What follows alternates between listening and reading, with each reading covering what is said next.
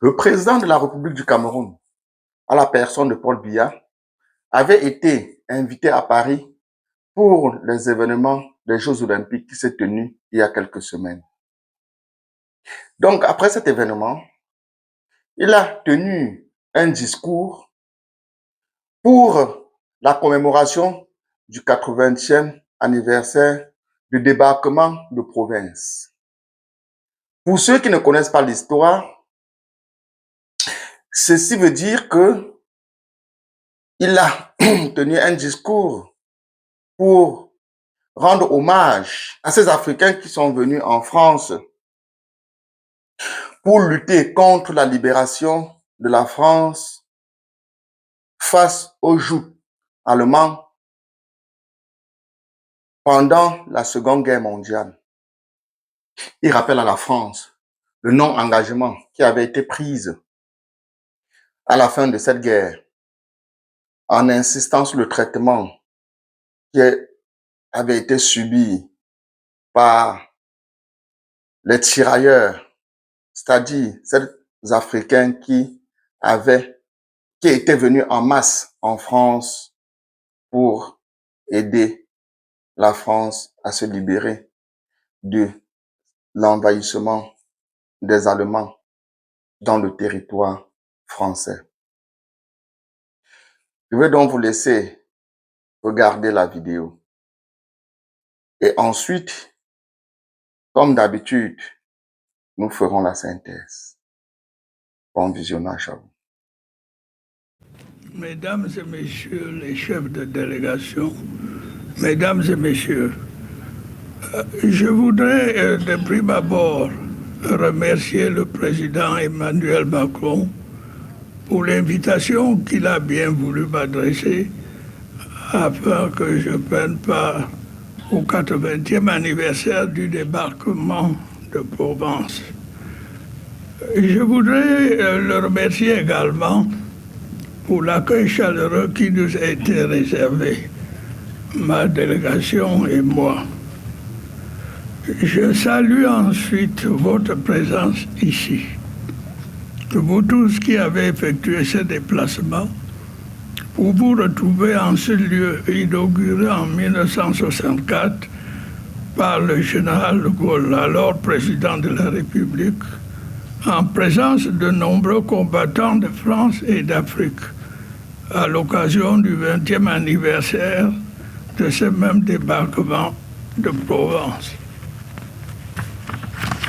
La nécropole nationale de Boulouris est un endroit chargé d'histoire, un lieu du souvenir, un lieu de douleur, un lieu de recueillement qui nous parle et nous interpelle sur l'avenir du monde. De nombreux soldats ont ici à Saint-Raphaël, comme sur les autres terres de Provence, comme en Normandie et comme ailleurs en Europe, donné leur vie pour combattre l'occupation, pour sauver la liberté, en formant une formidable chaîne de solidarité. Aujourd'hui encore, nous sommes là pour nous souvenir de leur vaillance, pour convoquer le souvenir d'une guerre du passé pour la liberté et rendre à ces héros un hommage appuyé. Messieurs les chefs d'État et de gouvernement, mesdames et messieurs, les milliers d'hommes qui, sous la direction du général de Lattre de Tassigny, ont combattu avec bravoure étaient pour un grand nombre originaires de tout l'empire colonial français. Ils venaient entre autres de l'Afrique subsaharienne. C'est dire que la contribution de l'Afrique a été significative pour rompre les chaînes de l'occupation allemande. Une occupation dure, une occupation liberticide dont les troupes avaient reçu ordre de tenir jusqu'à la dernière cartouche. Le ralliement des territoires de la France libre a en effet constitué un enjeu majeur pour l'apport à la victoire finale a été significatif. C'est entre autres dans le but de lever les troupes en Afrique, alors considérée comme base potentielle d'une reconquête de l'Europe, que le colonel Leclerc est missionné au Cameroun. Le ralliement du Cameroun, l'un des tout premiers, est aussitôt obtenu dès le 27 août 1940, ce qui a fait dire au général de Gaulle, et je cite, que le Cameroun vient de prendre une belle décision et de donner un exemple magnifique. Fin de citation. La rapidité de ces ralliements permet au général de Gaulle de démontrer à ses alliés la réalité d'une France combattante. Les troupes dont le colonel Leclerc prend ainsi le commandement comptent beaucoup d'hommes issus de l'Afrique équatoriale française et du Cameroun. C'est de la ville de Douala que partent les expéditions, qui plus tard ont constitué la colonne Leclerc. Les faits d'armes de cette colonne sont nombreux. Ils passent par la Tunisie dès 1942, puis par la Sicile en Italie et par la Corse ensuite, sans omettre le Tchad. Partout où les combats les ont menés, ces valeureux soldats venus d'Afrique occidentale ou de l'Afrique équatoriale, de Madagascar ou de l'océan Indien se sont magnifiquement illustrés. Ils ont, en revanche, payé un très lourd tribut pour la victoire. Des combattants exemplaires, souvent héritiers des traditions guerrières immémorables, admirables de courage, d'audace et de loyauté. Ils ont été les artisans de la victoire. Leur sang est à jamais mêlé à d'autres sangs pour que l'étendard de la France et de ses alliés soit définitivement couronné de gloire. En ce jour du souvenir, nous leur devons un immense respect. Ah oui, amigo, si tu es encore là, ça veut dire que tu kiffes au max la vidéo. Et pour cela, n'hésite donc pas de t'abonner si ce n'est pas encore fait, de partager la vidéo pour agrandir notre communauté, de liker pour le référencement de la vidéo, d'activer la cloche de notification pour ne manquer aucun de mes prochains contenus. Et pour cela, je t'invite aussi dans les commentaires à me donner ton ressenti concernant ce qui est dit dans cette vidéo. Est-ce que vous partagez l'avis du président Paul Biya? Est-ce que vous pensez qu'il en fait un peu trop ou tout simplement qu'il rappelle les faits de l'histoire?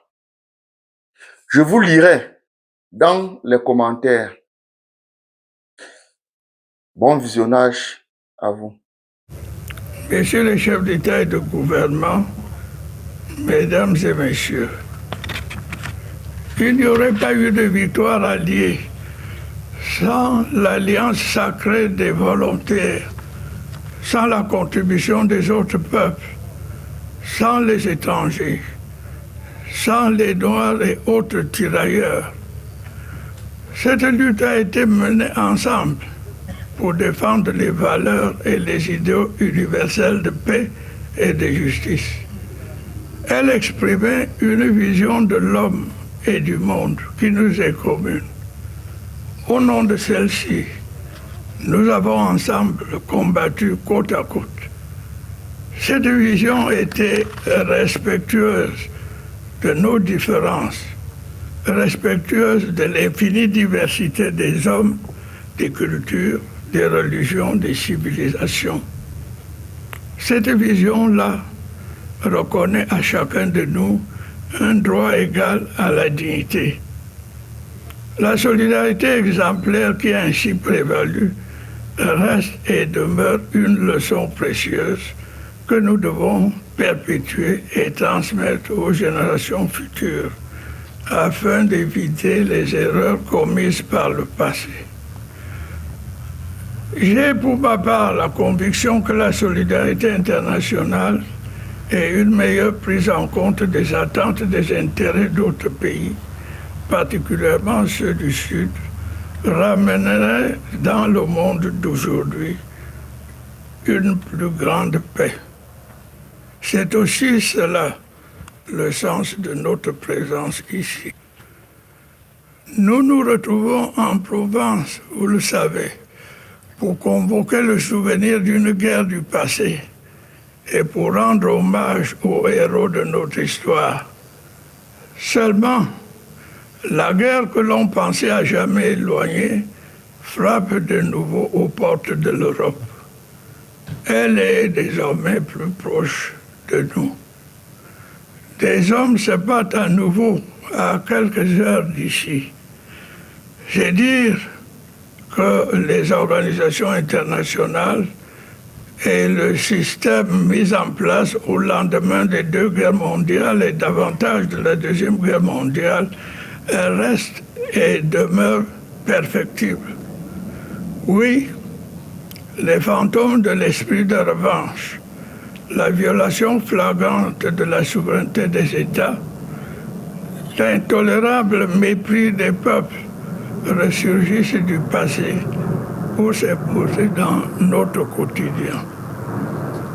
Le droit international diversement interprété, l'instrumentalisation des droits de l'homme, l'oubli ou le défi des autres guerres, la volonté permanente de dominer, d'exploiter, de construire un monde à son unique avantage, sont entre autres les ombres qui nous guettent aujourd'hui et dont notre présence ici devrait révéler la lueur.